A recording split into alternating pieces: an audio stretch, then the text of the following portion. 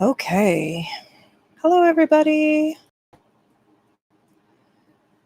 Hopefully, our internet speed will be a little bit better today. I'm just going to wait for some of you guys to pop in and say hello. I'm like 2 minutes early, so just, somebody's here. Please say hello. Let me know how the picture is and let me know. Hi, Deborah. How are you? How is the picture? Any better today? And how is the sound?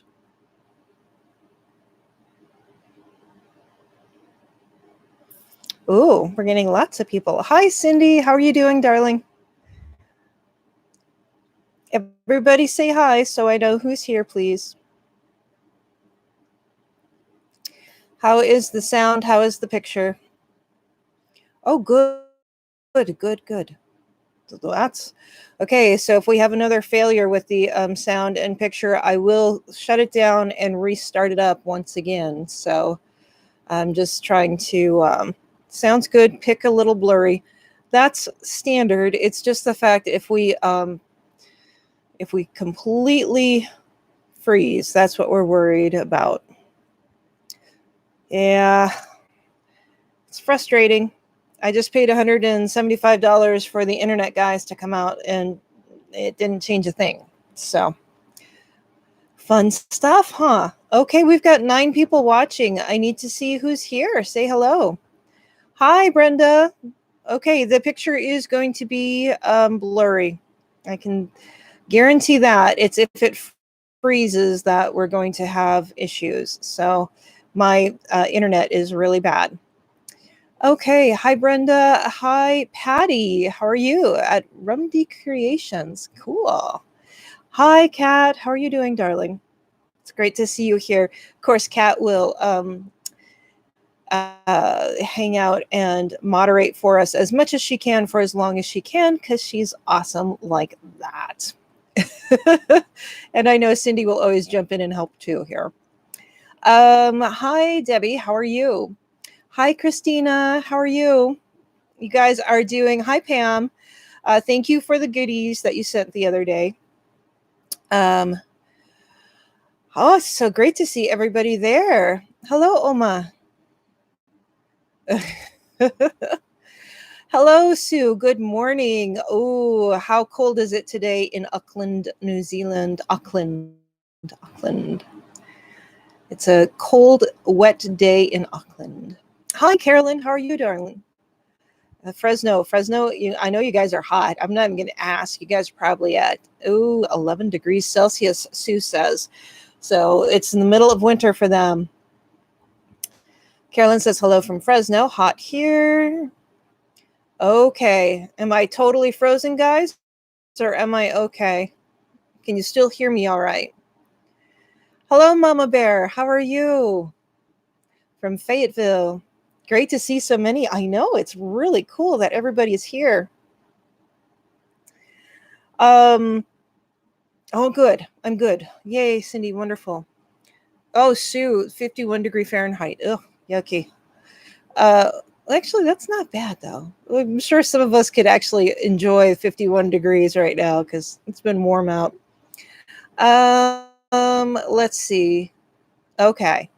So we are going to be always a little bit blurry. My internet is really bad. I just paid $175 this month for them to come out and fix it, and it is just as same.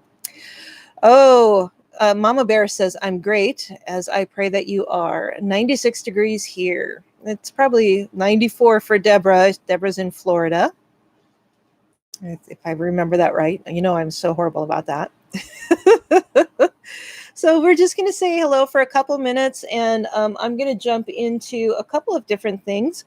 I want to welcome everybody to the Messy Hand Band. Oh my goodness, you guys are just kicking butt. It is so cool to see everybody joining the group. It makes me very happy that we are continuing to grow. Also, I really do want to say about the Build-A-Doodle, you guys, your styles are emerging.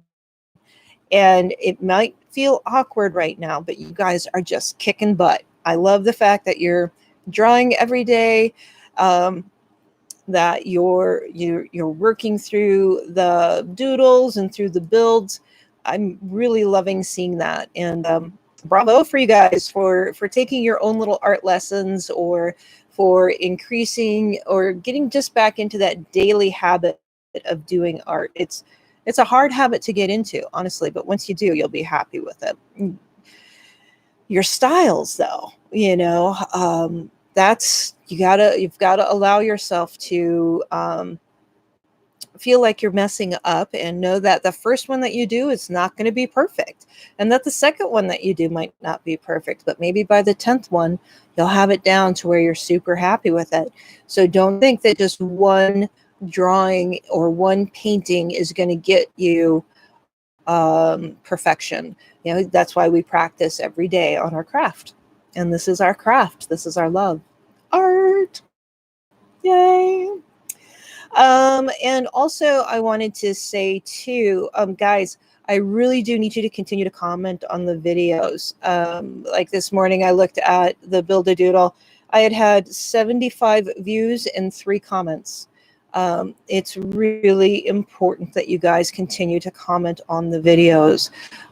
Liking, it doesn't take but 2 seconds. I know some of you are on the go in the morning, but if you could come back to it, make your comments, I would really appreciate it. It does make a difference. Of course, add to playlists and all of those great things. Okay, so let's go back to the comments. Deborah says 94. Debbie, hello, Debbie, 108. Ugh, I think you said you were in Arizona. My goodness. Kat says, Carolyn, hi. It's a chilly today at 96 degrees in Fresno. Oh, they get such warm weather there. It's like Arizona. Not quite as bad as Phoenix, but it's warm. Hi, Ricky. How are you doing? Hopefully your hip is doing better every day. Brenda, you made it. Hello, darling. It's great to see you. We're styling, Deborah says.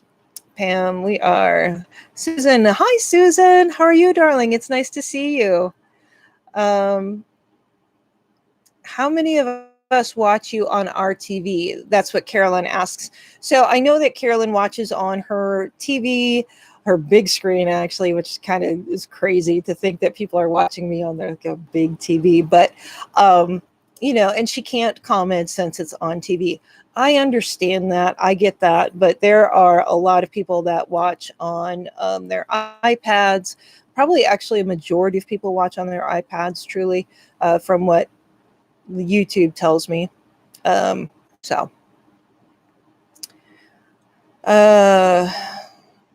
Tony. How are you doing? Let's see. Chromecast on to my old TV. Deborah says she Chromecasts. I haven't heard of that before. Pam says that it's 75 in Michigan, low dew point, perfect Michigan weather. Brenda, 96. Feels like 103 here in Texas. Yeah, I'm sure. I do to jump back over here to our notes. Let's see. Arteza has sent me a collection of goodies for our watercolor series, and so I will be doing a 10th video this week to kind of go over them. We'll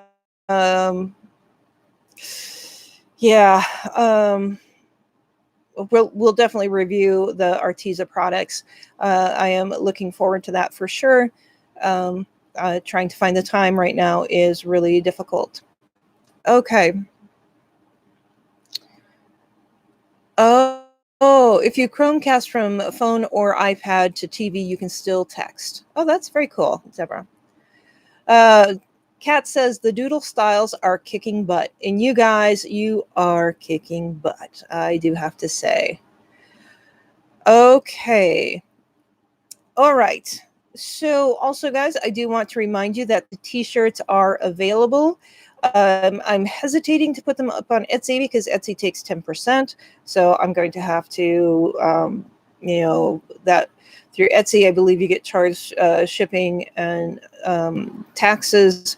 So if you are in the US, all you have to do is go over to Messy Hands, message me through Facebook, over on Messy Hands. If you would like a t-shirt, I only have two 2X's left, and so that size is quite limited. If you are interested, they are $25 in the United States.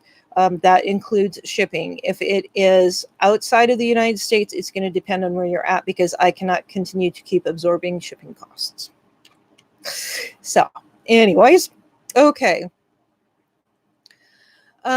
Cindy, hook up a Bluetooth keyboard to your TV if TV is Bluetooth compatible. Oh, that's interesting. It might be easier for you to do that with the with just typing in and finding things.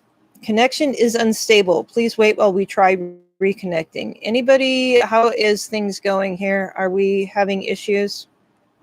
Am I frozen?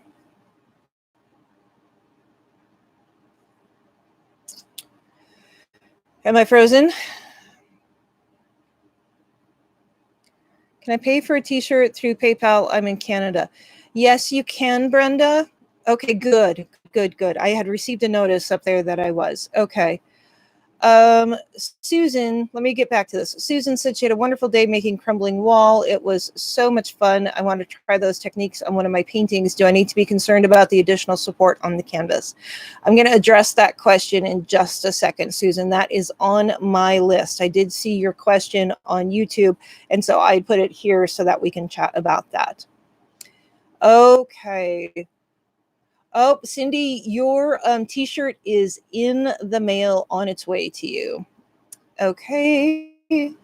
Brenda, can you pay for a t-shirt through PayPal? Yes, but we're going to have to talk about the shipping costs. I have to look that up. Okay. All right. Blurry is standard. Not frozen is good. Fuzzy pick, good audio, perfect. Okay. Pixelated, understandable. Okay. All right. Let's start talking about a couple of the different questions. You guys asked so many great questions on Messy Hands. For that, it's really hard to sit here and chat with you guys for 45 minutes to an hour without having anything to talk about. So it looks like I've got the unstable connection again. Hopefully I am reconnecting soon. How's it going over there, guys? Are we still good to go? Cindy or Kat, if you could just say yes, the picture is still going, I would appreciate it. Oh, okay. That went away. So hopefully we are back. Okay, good. First, I'm going to talk about Susan's. Thank you, Cindy. Appreciate it. Okay, Susan, your question. She was doing the crumbling wall. And so as far as it being stable on a canvas, I think it's going to really depend on how big the canvas is and do you need to reinforce the canvas. So when you're adding the texture paste and the gesso and all of those layers, you are going to add weight to that canvas. Okay, so you could probably buy more expensive canvas and not have to worry about that as much. But the cheaper canvases, which is truly what I use, it's just going to depend on how big your canvas is and how much stuff you put on it. I know that that's not a very definitive answer, but it will really make a difference as far as stability. If something is like an 11 by 14, you should be fine. Bigger than that, I don't know, is the honest question. If it starts to get too heavy, you could probably go back and reinforce it after.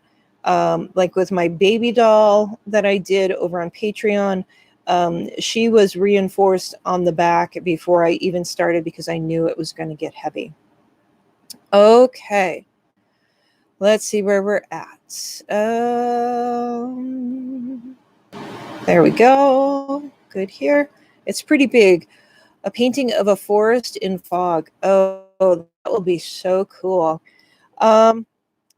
Susan, your guess is going to be as good as mine on that. You know, I know that you're an experienced painter and your work is gorgeous, and congratulations on your gallery opening. How very cool. Um, it is a stretched canvas, Cindy. Um, oh, hi, Gina. How are you doing? Gina says, hello, all. First live here on your channel for me. Well, welcome. We're very happy that you're here. So if it's big, Susan, I would definitely consider doing some reinforcing before you even start. I would think that that would be a prudent choice. Can you turn the canvas around and are the wall on the back? Oh, that'd be interesting. Kat says, hello, Gina. So should I back it with a board? Susan, or use a wooden cradle board. That might work even better. That would work, Cindy. You know, if you're using a piece of wood right off the bat, make the wall on the back. Okay, so reverse the canvas around would be an interesting thing to do. Yeah, maybe just a piece of even like the thin board. I backed my baby girl with a piece of like heavy chipboard, heavy cardboard. You know, I'm not positive. I'm not positive. Okay. Okay. So let's chat. Let's get to your questions here. And then I'll try to come back after each question. Yeah, Susan, I'm sorry. I don't have better answer for you. Susan says, okay, thanks. You know, I would suggest maybe like a piece of masonite, even gluing that onto the back of it. But then you're going to really have to worry about the masonite adding the extra weight to it, number one. And how are you going to adhere the masonite to the canvas and all of those things? I don't know if you could put just an extra stretcher bar down the middle or just go and purchase a more expensive canvas that's more fortified. So, okay. Oh, thanks, Cindy. I would appreciate it. Cindy says that she will send Susan a link later. Very cool. Thank you, guys. Okay. So Sue asked, tying in with Cindy's questions, which we'll get to Cindy's question. She wants to hear a review of where we are, where we've come from, and where we might be going with the altered books and coffee table books. We have a lot of newbies and some not so new who might be confused by all the videos. Oh, hi, Bonnie. How are you doing? I'm glad you're here. Okay. So what we're doing now is, you know, that we're doing the Creating Your First Altered Book, and we're doing a masterclass. So both of these are altered book series. And the reason why we're doing altered book is because that's what's most popular. In meaning that's what gets the most views. That's what you know, people are really drawn to. They weren't watching the Hacking the Masters nearly as much. So masterclass morphed in, or Hacking the Masters morphed into masterclass. So Patreons get 2 videos every week. So you get a masterclass and a Creating Your First Altered Book, and regular YouTube gets 2 additional videos on each of those things, masterclass and Creating Your First Altered Book. So basically there are 4 videos available to you on just altered books every single week. And also we're doing the Build a Doodle, which is the daily doodle practice. Which you know, it's 9 videos a week for me. It is a lot of videos. And that's probably going to get cut down some. I'm just going to have to, honestly. I don't really know where to cut back at this point in time, and I'm not going to do it until I absolutely have to. But I just can't keep up the pace. Um, I really am loving the Build a Doodle series because I think that it is incredible to see you guys drawing and painting for the first time, and then to see the more proficient artists or people who have been artists for longer going and enjoying and becoming unrusty and all of those wonderful things. I think the Build a Doodle is a great idea.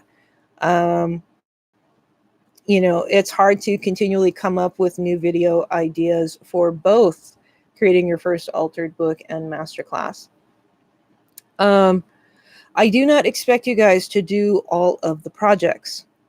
Know that right off the bat. It is meant for you to pick and choose. Creating your first altered book is going to be more simplified. Masterclass is more elaborate. So do what feels most comfortable for you. You definitely do not have to do every single layout that I show you, but it will be there for reference at later times if you do want it. Let me look over here and see.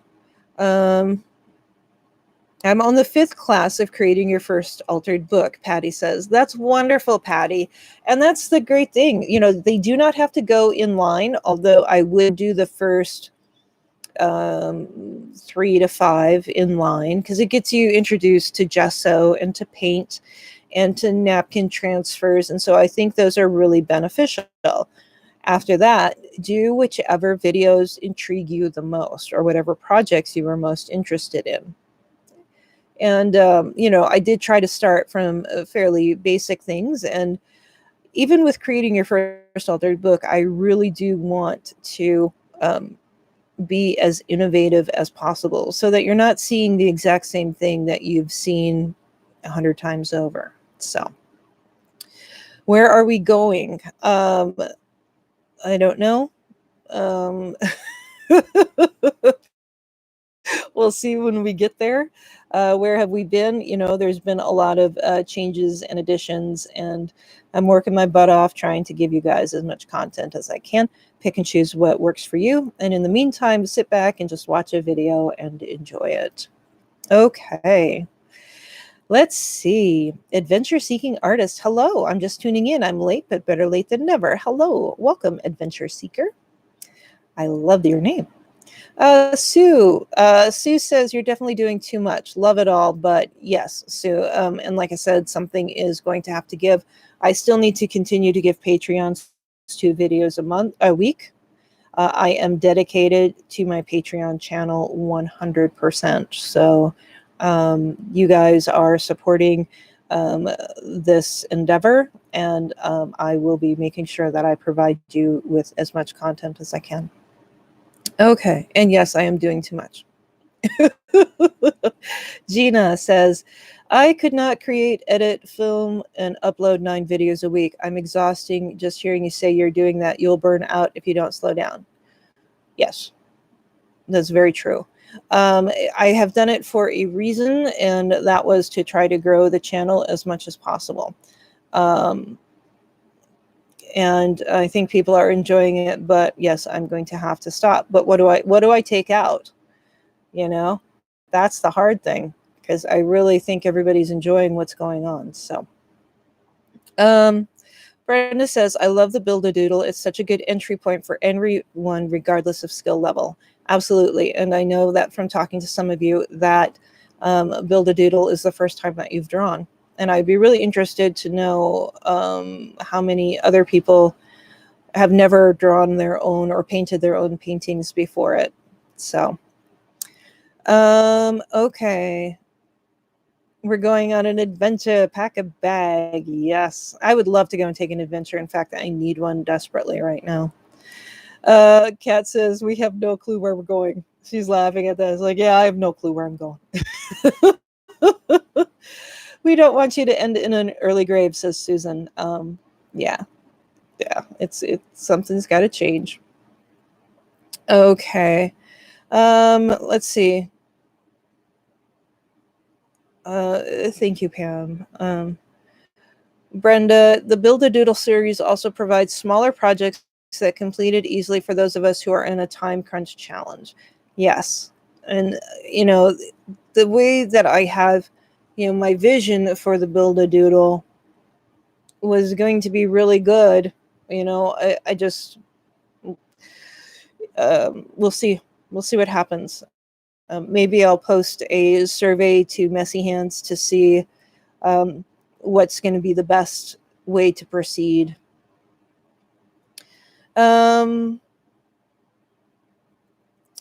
Gina says, I hate to say this because I'm new to your channel, but YouTube Theory is a really good contented one video a week will grow your channel.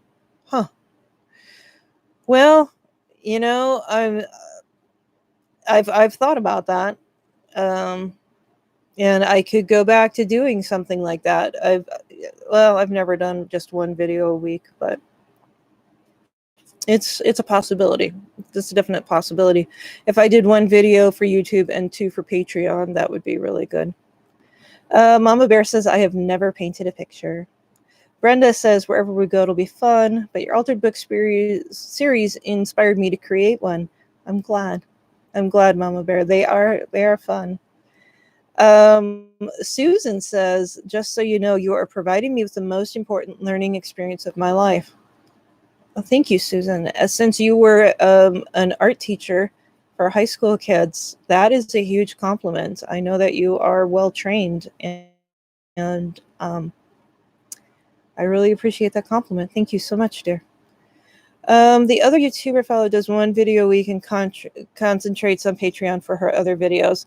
Yeah, I like to do a little bit. I'm an overachiever, Carolyn, if you haven't figured that out. Hello, Valerie. It's nice to see you. Let's see. And Brenda says that she agrees with Susan. Okay. All right.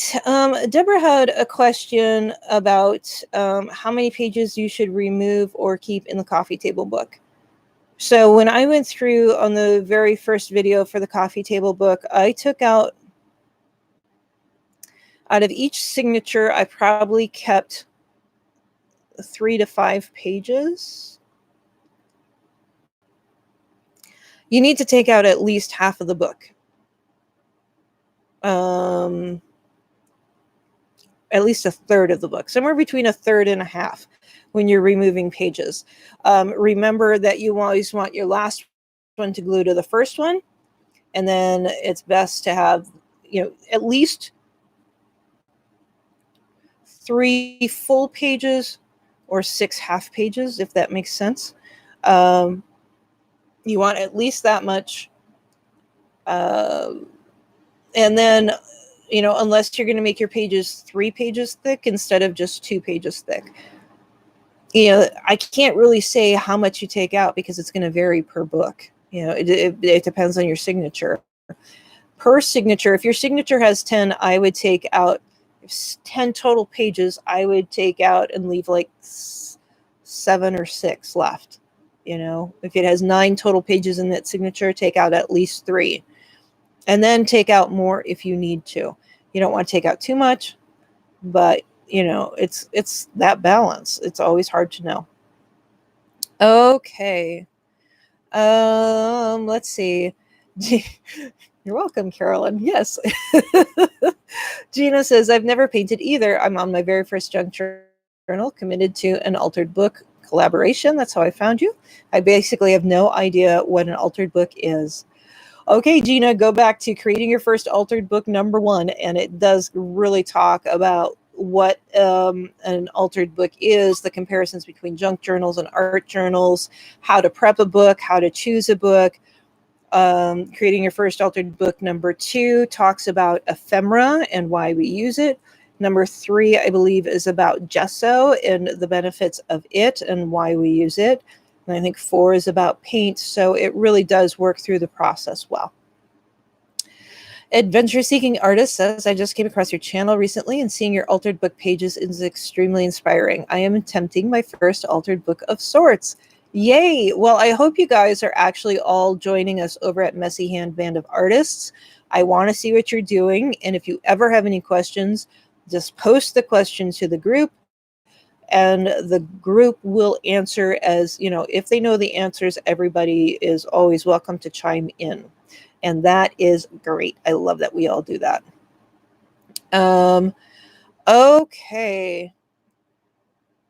Oh, Cindy says they may need to know what a signature comprises of. That's very good, Cindy. Thank you. Especially if you're new, you won't know that. So a signature, this one is glued. Okay, so all right, let's see here. A signature is stacks of pages like this that are sewn together, and then they're sewn into the book. So you have kind of these V, whereas a glued book, you won't see these V shapes. And when you're removing pages, you have to find the center of the signature, which can be difficult. And then you pull out however many pages out of that signature in order to prep the book. Definitely go and check Creating Your First Altered Book playlist and check number 1 if you don't know any of the terms that I'm using, such as signatures. That is a really great place to get the information that I just quickly overviewed. I show you the books and all of that great stuff. So, okay, perfect. All right. Deborah also asks, are our coffee books going to be fatties like our altered books, or is it going to lay flat like a normal coffee table book? I finally got a big book. I'm sure it's not thick enough. I have to split the back, I'm sure, at some point. I tore strips of cloth to reinforce the streams, and she says she's kind of stalled. Maybe I'm a little confused, overwhelmed. It is overwhelming the first time you look at that big book. I'm not going to lie. I'm starting this new Exquisite Corpse layout, and it's overwhelming. There's a lot of work that has to be done. I really do love Masterclass and the coffee table art book. And there is no way that this thing is going to sit flat. I've already had to expand the seam once for the back. I will need to expand it more. I would highly suggest to put fabric in every single seam page. It's so big. It's going to be bulky. Definitely reinforce every single layout with that fabric. We will need to probably be removing that back of that book. And like you saw in the first Exquisite Corpse video, I did completely re-glue on a piece of fabric that is going to need to be cut and opened up more. I just know it will. It's going to be big and fat. Okay. Hi, Kathy. How are you from Canada? Brenda says, I've painted for a couple years and learning to draw better is important to me. My first altered book was mostly acrylic painting. Oh, Susan says, Brenda, I'm sorry, I didn't really answer your question. I guess there wasn't really a question. Painted for a couple years now and learning to draw better is important to her. So that's good, Brenda. Thank you for your input on that. And Susan says she's wearing my necklace. That makes me so happy. I'm glad that you love it. Okay. All right. Kind of stalled, maybe a little confused or overwhelmed. Deborah, just think of what type of background that you want to start with.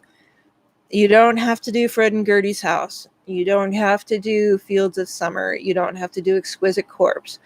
Do whatever layout feels comfortable to you. And I might just suggest starting with a simple one. Go and choose something from the Creating Your First Altered Book series and maybe elaborate on that. I mean, I think the floating pocket page would be really cool in the coffee table book. Pick something that speaks to you that doesn't give you quite as much big space. Okay. All right. Melina asks, am I infringing copyright if I use photos from the internet for a private coffee table book? So, yes and no. Yes, you are, but no, because it's going to be private. So, if it's just for you, use whatever images you want to use. That is fine. It's when you turn around and are displaying it or selling it, um, and not just displaying it to your friends. I mean, displaying it in a show or in a gallery or, a craft fair or something like that. If you're displaying it, then you don't want to be using somebody's copyrighted images.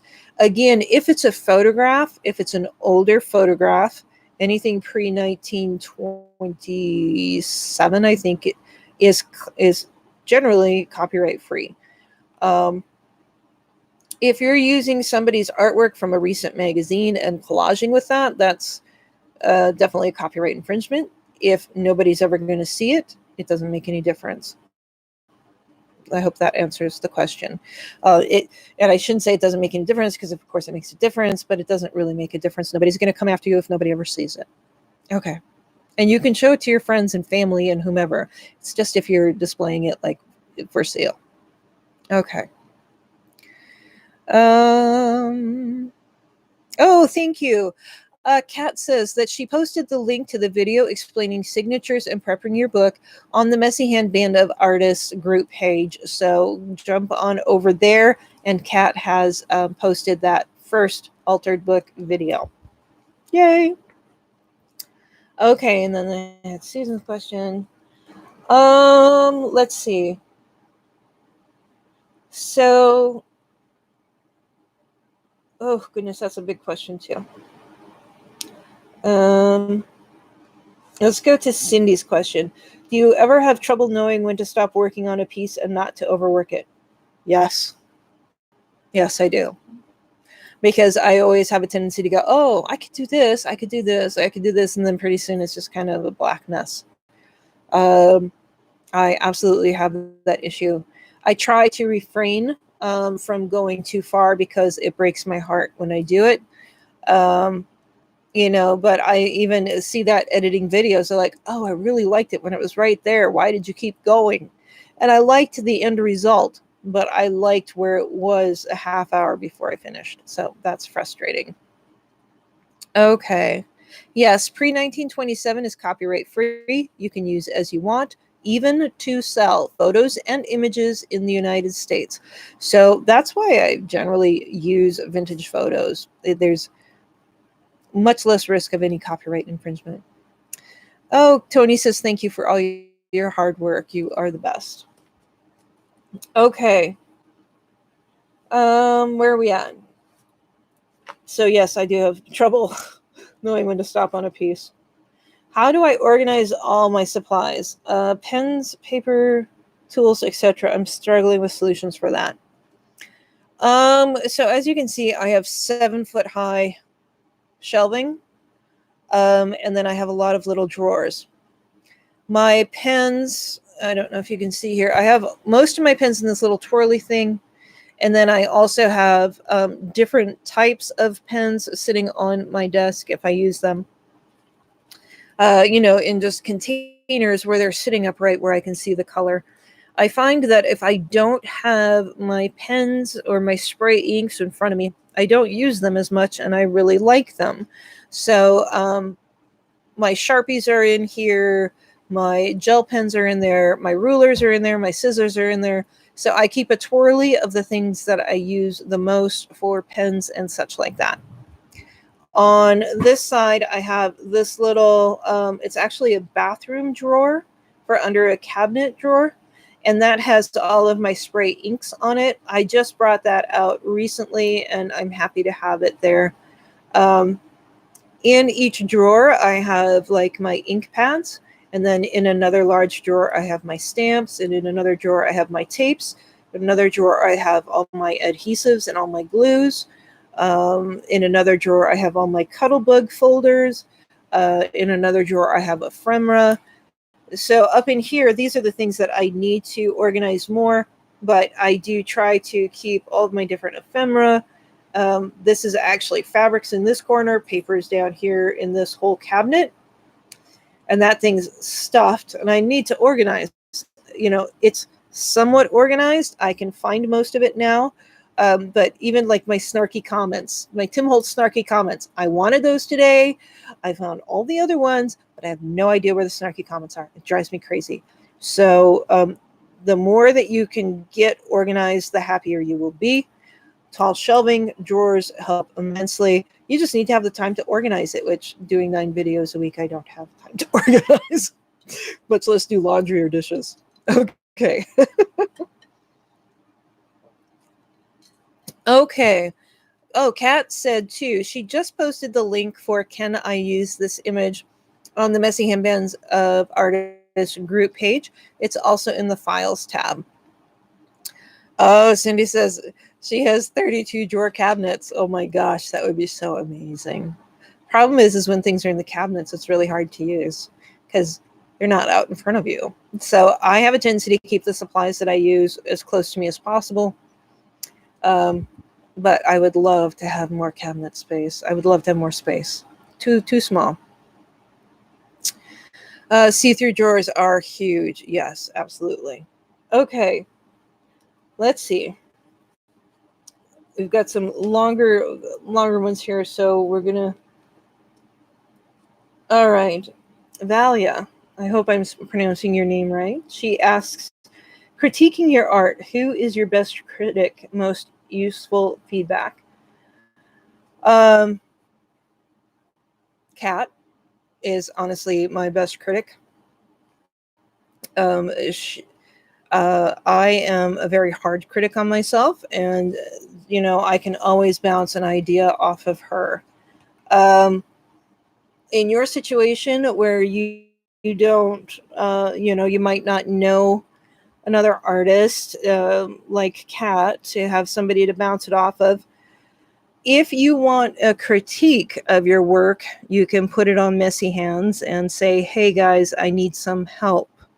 Now, Messy Hands, if anybody's being rude, nasty, inappropriate, or breaking the rules or whatever, they are expelled from the page. So you do not have to worry about somebody being mean to you on Messy Hands. It's just not tolerated. If you want to be nasty, go somewhere else. That's, Kat and I are on the exact same page with that. So if you want an actual critique, you can ask for it.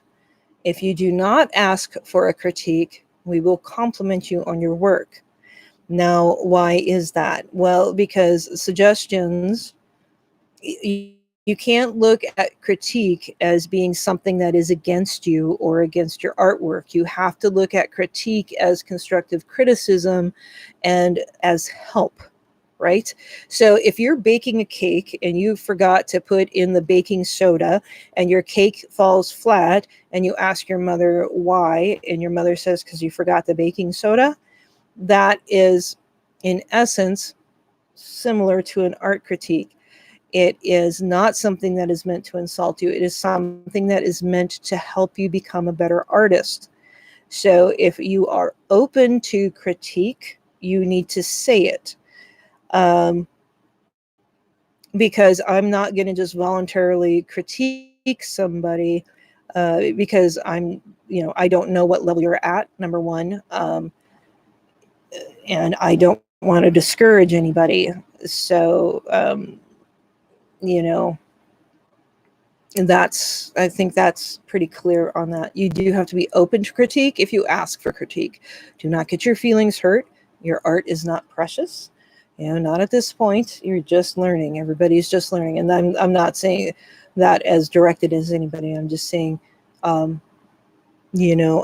it's something that you are ready to put out there into the universe to sell, you have to be willing to take the risk of having somebody say that your work isn't as good as what you think it might be.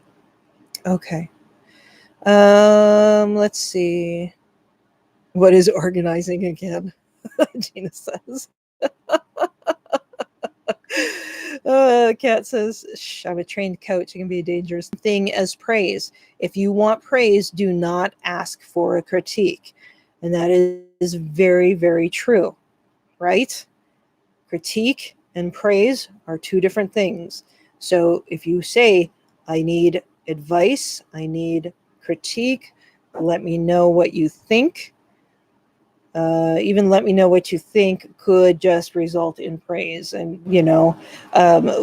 the trained artists that we have helping over on Messy Hands, we walk a very fine line with that because we don't want to hurt anybody's feelings. So, okay. Constructive criticism, absolutely. And critics have to be open to all kinds of styles as well. That is absolutely correct, Cindy. Um, if you are critiquing art, if somebody says, hey, give me a critique, and you're not open to that type of art and you say something negative about it, just because it's not your style, you got to be really,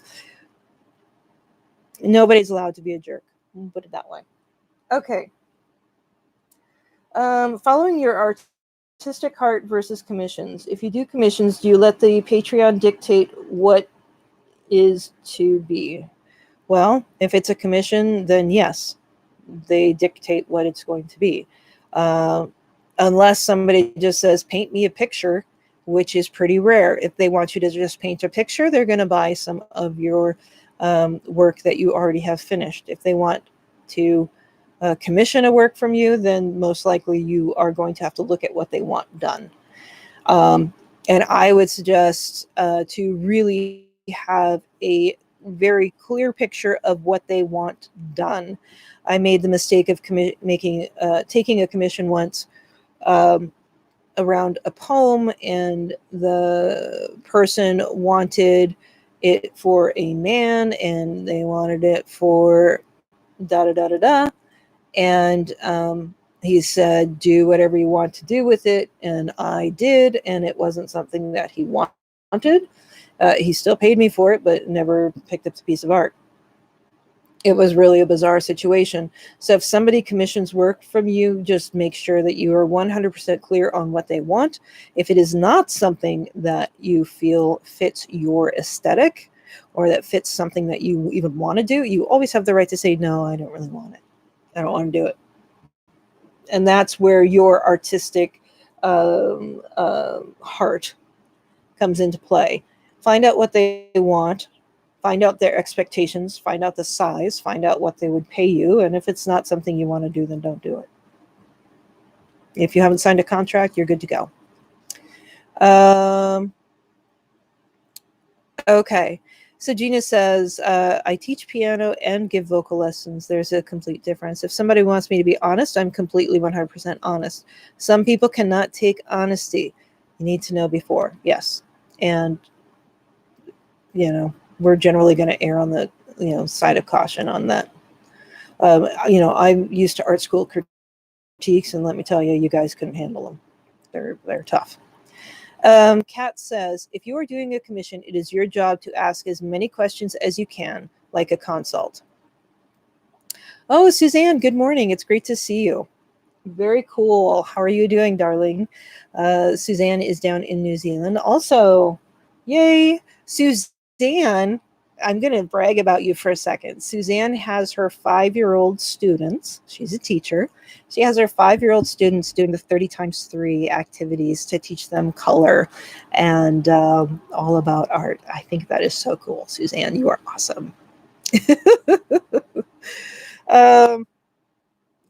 Pam, I don't know. It depends on what it is. And, I don't know if something's a good price.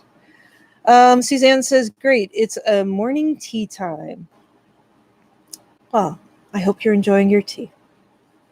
I enjoyed chatting with you the other day. Okay. Deconstructing your art. How do you detach yourself from art that you end up taking apart to add to other art projects? That's a good question. How do you detach yourself from something that you made? Well, I'm a pretty strong critique on myself. So if it's not something that I'm in love with, and I feel like I can use it as an element in a different piece of artwork, then I'm going to do it. Like my 30 times 3, I really enjoy, I enjoyed the project, but I've made some really cool little squares, and it's time to use those squares in our books. Why not? Use them in whatever art you can. If you can take something and make it better by adding it to something else, it is taking the preciousness out of your artwork. I love those little 30 times 3, but if I can make something cooler or better out of it, then I'm going to do it in a heartbeat. And guys, remember too that with your doodles, you can be using those as elements in your books. You can absolutely be, cutting those out. You can be sticking them onto things, whatever it takes. It's cool. Okay. All right. Okay. Yes. And Cindy's absolutely right on that too. Cindy says, and you can always make another or more. Love it, keep it, not in love, use it. Absolutely. That's a great way to look at it. And guys, realize too that if you're just doing one single painting of something, but it's not going to always turn out as good as you want to do. So do a second one, do a third one. What did it take you? 10 minutes to do the first one? Do a second one, do a third one. Practice it until it looks the way that you want to look. We have to kind of get over this idea that every single thing that we create is, I know I keep using the word precious, but you're never going to expand or learn if you think that that is the best that you can do. And you'll surprise yourself what you can do when you go on down the line. Okay. All right. Okay, I think we got through all the values. Those are great questions. Vicky asks, what is your favorite subject or genre to paint? Landscapes, by far. Mountains. I have an affiliation for painting beautiful things. I wish I could have done more abstract art. That's the thing I like about mixed media, is that it does take me out of my comfort zone, and it pushes me to be a better artist. It pushes me to expand my own horizons other than just painting a mountain scene with trees. Fields of Summer is my aesthetic, 100%. Fred and Gertie's house with the ocean, that's my aesthetic. I love landscapes. So, Gina, she has to go. Have a great day. Have a great day, Gina. Okay. Melina asks, how do you seal cardstock so you can paint on it? Gesso. Gesso is our friend. It is there to protect and serve. You can use clear, white, or black. It is the way to go. And other ways that you can seal cardstock so you can paint on it, gesso. That's the best thing to use, truly. Check out Altered Book number, Creating Your First Altered Book number 3, I believe, talks about gesso to protect and serve, and it is really something that's important to have in your toolbox and to be familiar with and to make your friend. It is a great thing. Oh, Sue is enjoying the Fields of Summer. I'm glad because, I've got enough video for Saturday's video, but it's still just making more cattails. And so now I'm like, okay, do I have to go and paint more in order to give you more content? So, I should be painting at the table. Anyways, I love the Fields of Summer, though. It really makes me happy. Okay. All right, so let's kind of finish up with some of these last few questions. These are long ones. So Patricia says that she's more of a newbie here. I have trouble coordinating my focal points with the background. In other words, I always feel the backgrounds don't complement my main message. What am I missing in my mindset? So I understand that feeling. Trust me, there's times where I'll put a focal point on top of my background, and it does not go. It doesn't blend. So how do you overcome that? Sometimes, okay, so let me just take the Exquisite Corpse, for instance. Right now, I'm getting the very base layer of the backgrounds down. And I have decided to do all of that base layer first. Then I'm going to come back with my silhouettes, and I will be building onto each of the backgrounds. Now, those backgrounds are not done. They're gorgeous the way they are, but they're not done by a long shot. It is just like the second layer, and they'll probably have 5 or 6 layers. It's really important that you get that focal point in as quickly as possible. Not that you are going to, destroy it by putting other things on top of it, but you have to work those two things together, or it's never going to really blend. If you have your background, you put your focals on top, you have to figure out a way to make it all fit together. Now, if your focal isn't conveying the message that you want, let me just reread this and make sure. I always feel as my background doesn't complement my main message. If you feel like you have a message that you're trying to get across, then you have to sit back and think about it a little bit more. I'm really having to think about Exquisite Corpse. It's a lot of work, and if I don't do it correctly, it's not going to work. So, what message am I trying to convey? How am I going to execute it? So, do some thumbnails, even do some quick sketches, do some color studies, pull out focals, pull out a couple different images that you're interested in, use the one that works best. And, I don't know what type of message you're trying to convey. So that's just going to take time and balance. Okay. Choose your focal first. That can be your inspiration.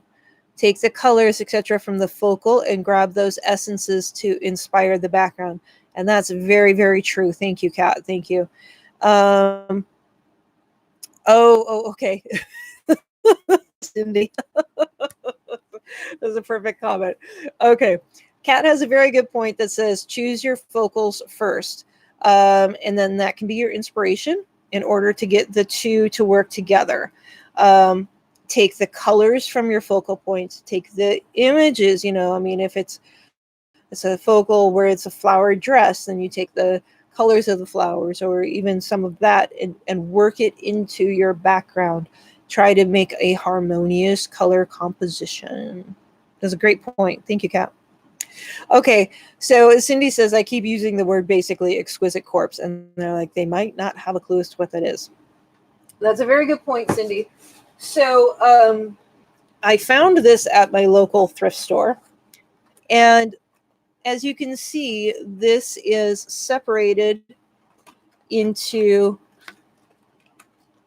different.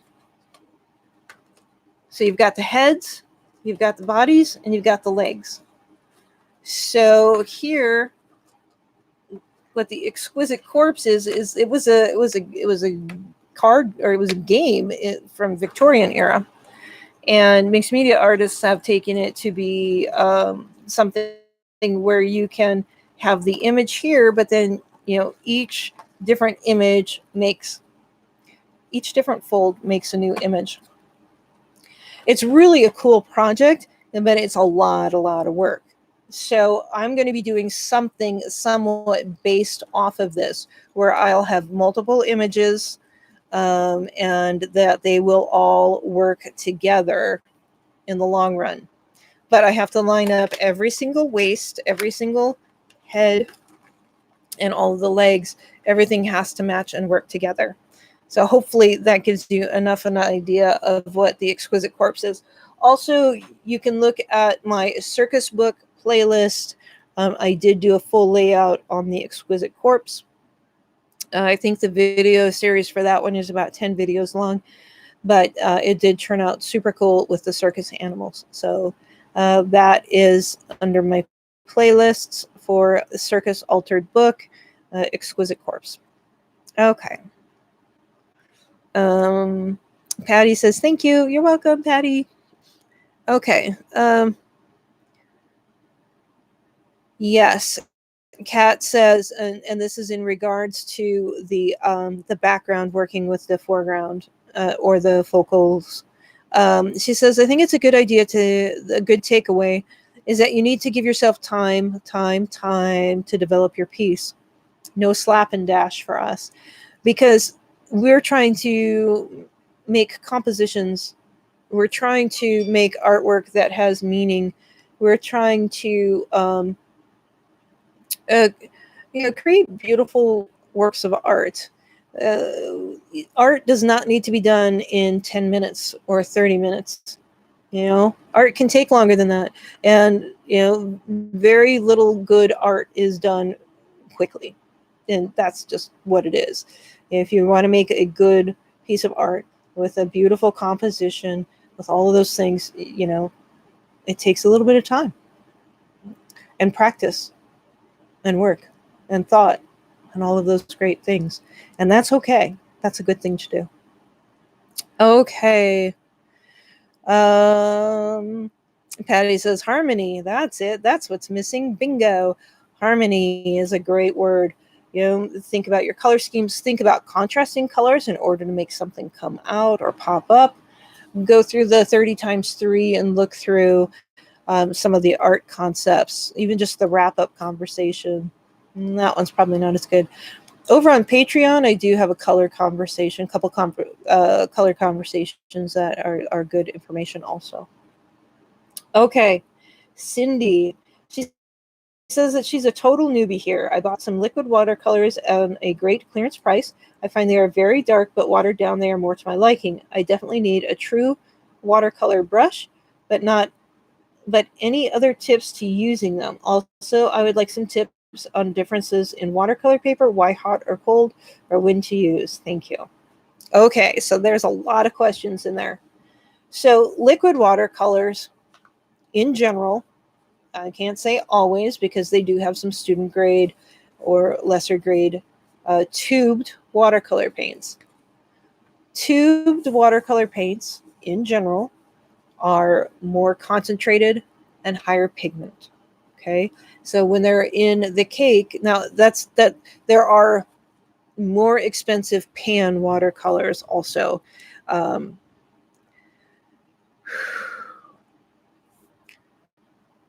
Liquid watercolors, like Cindy was just posting the watercolor tray that she had set up with liquid watercolors. They are more intense. So yes, they're going to be darker. So you need less paint, right? So it's just like with it's the difference between a high quality acrylic paint and craft paint. Now, craft paint is going to be more like just the Crayola, $2 or $3 pan, right? It's the same thing. Whereas the Arteza set that I just got has 36 colors in it, and I believe it was about $26. So this is a mid-level set. It is not a professional level. They call it professional. It is not their expert series, right? So our Winsor & Newtons, our Cotmans, those are 12 colors for $20. This is 36 colors for $26. Now that's the sale price. So there is a difference. There is going to be a difference. What I'm going to check and see is how much of a difference.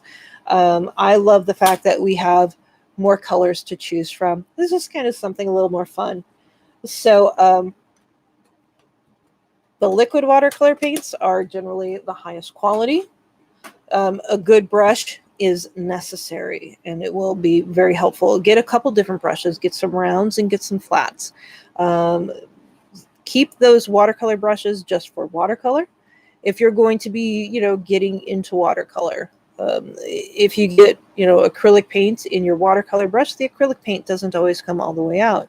And so it kind of, the watercolor brush is less absorbent. So they hold a lot of water. The difference between hot or cold. So hot press, think about it being a smooth surface. So think about the ironing on the hot press, right? A cold press is going to have more texture.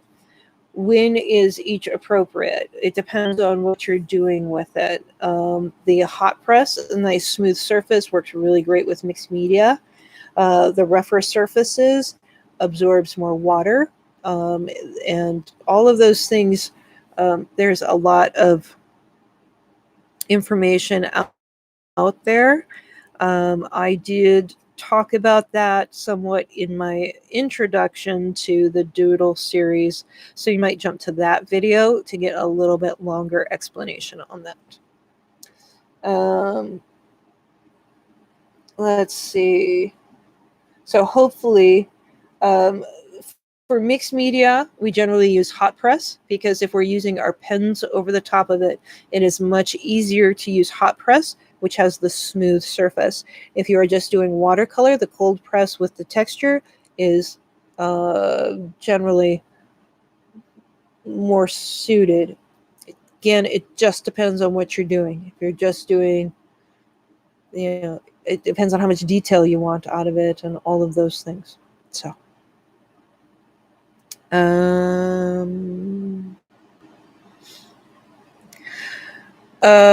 Let's see.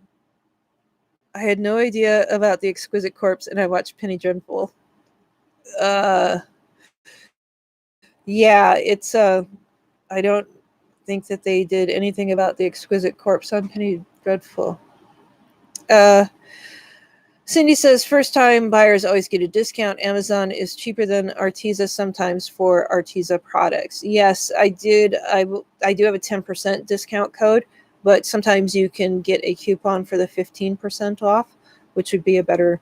I will have a link on that for Arteza when I start to use those products, and then you can go directly to the website.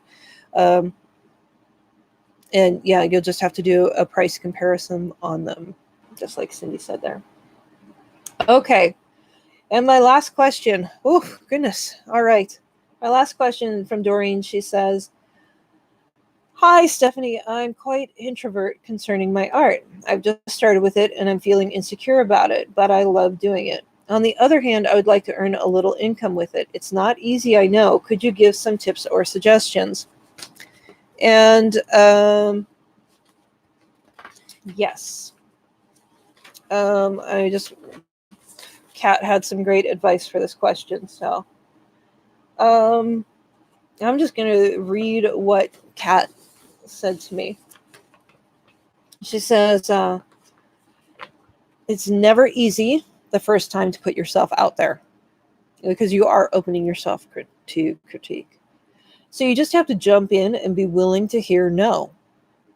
I have a very hard time hearing no.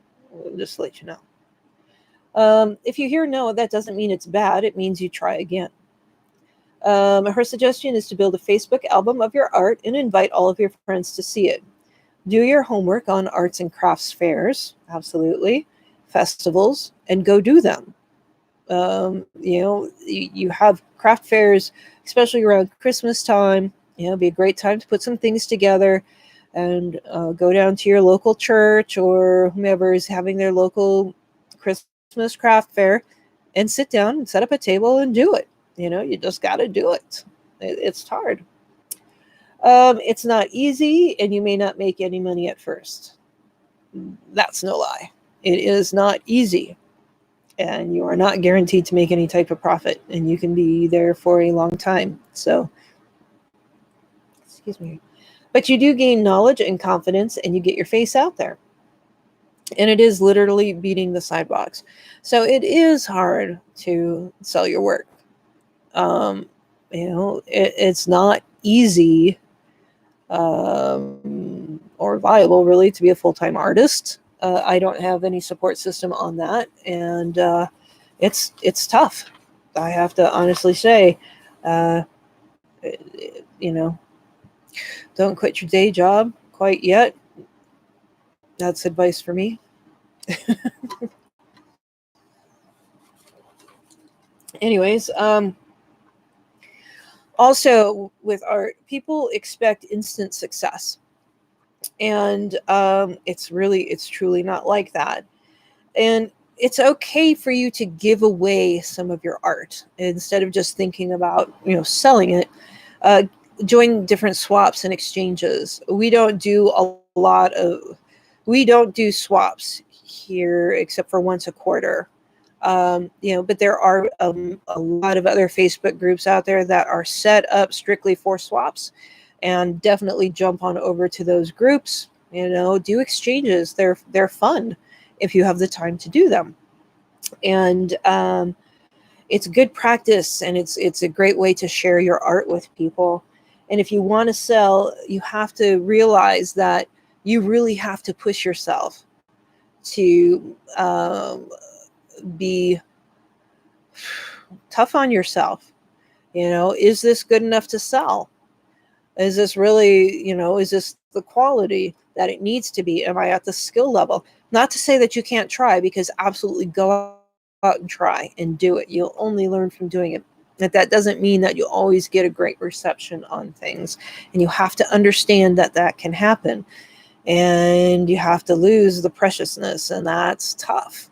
That's hard. I'm very connected to all of my artwork. So, I understand what you're saying. Okay. And we'll support you no matter what you want to do with it. And we'll always give you encouragement, and be there for you. So, okay. Um, oh, interesting. Kat said that she gave away over 1,000 ATCs before she sold her first mixed media canvas. Wow. Every ATC was practice and letting go of the preciousness. Yes, it is practice. It is practice. It is practice. And you guys may not want to look at art as being work, but it is not easy. It's fun, but it's not always easy. Okay. All right. So, I think that's it, guys. We were at like an hour and 15 minutes here. My goodness, I talked a lot. And I hope you guys all have a great day. The young man needs to go down to the River and get some energy out. We're lucky that he has not. He's nicely sleeping over there on the ground. So, okay, guys. Well, I hope you have a great day. Does anybody have any questions for me? Anything else they would like to say?